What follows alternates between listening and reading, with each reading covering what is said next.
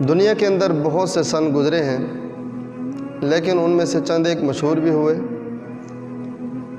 یہودیوں کا سن 3700 قبل مسیح سے شروع ہوتا ہے، اور سن عیسوی جو پہلے رومی کیلنڈر تھا بعد میں یوم حضرت عیسیٰ علیہ السلام کی پیدائش کی طرف اس کو منسوب کر دیا گیا۔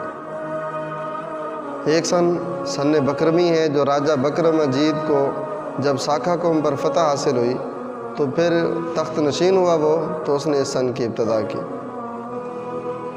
اور ایک سن ہجری ہے۔ مسلمانوں کی تاریخ کا آغاز حضرت محمد صلی اللہ علیہ وسلم کی ہجرت سے ہوا۔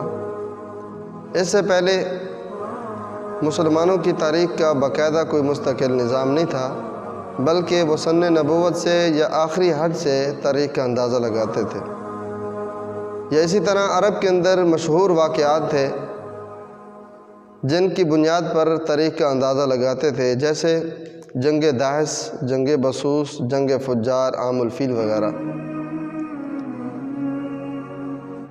اس لیے حضرت محمد صلی اللہ علیہ وسلم اور حضرت ابوبکر صدیق رضی اللہ تعالیٰ عنہ کے دور خلافت میں اس کی ضرورت محسوس نہیں کی گئی، لیکن جب حضرت عمر رضی اللہ تعالیٰ عنہ کا دور آیا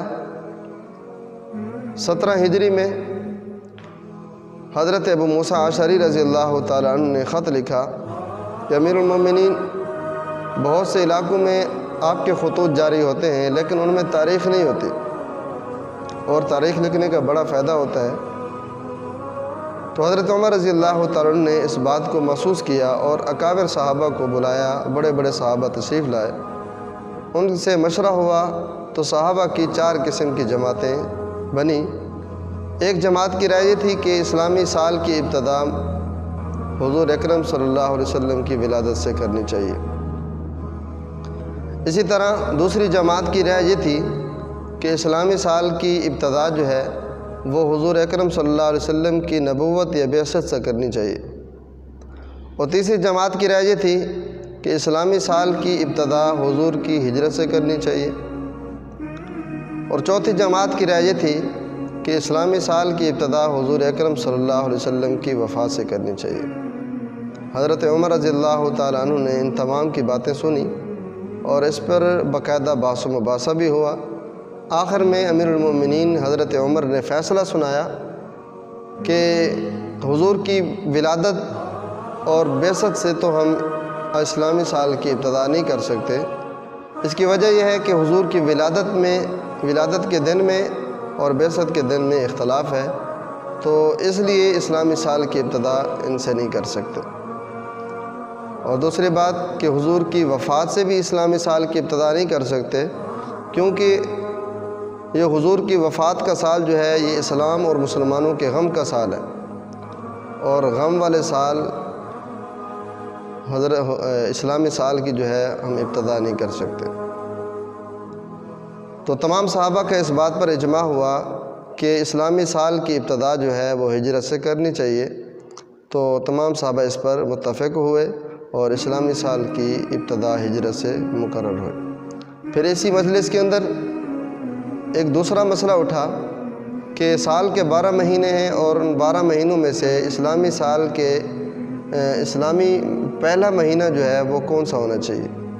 تو اس میں بھی 4 صحابہ کرام کی جماعتیں بنی۔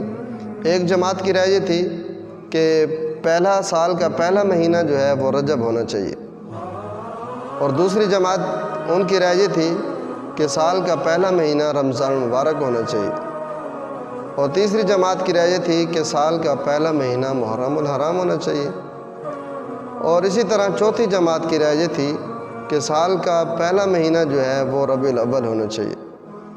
حضرت عمر رضی اللہ تعالیٰ عنہ نے فرمایا، اپنا آخری فیصلہ سنایا کہ سال کے پہلے مہینے کی ابتدا ہم محرم سے کرتے ہیں، اور اس میں 2 خوبیاں بھی ہیں۔ پہلی خوبی یہ ہے کہ حضرات انصار صحابہ بیعت عقبہ میں جو شریک ہوئے، انہوں نے حضور اکرم صلی اللہ علیہ وسلم کو دعوت دی مدینہ آنے کی، تو حضور نے ان کی دعوت کو بھی قبول کیا، اور یہ حج کے بعد کا واقعہ ہے۔ پھر آپ نے اس ذی الحج کے بعد محرم میں اپنے صحابہ کو ہجرت کے لیے روانہ بھی کرنا شروع کر دیا۔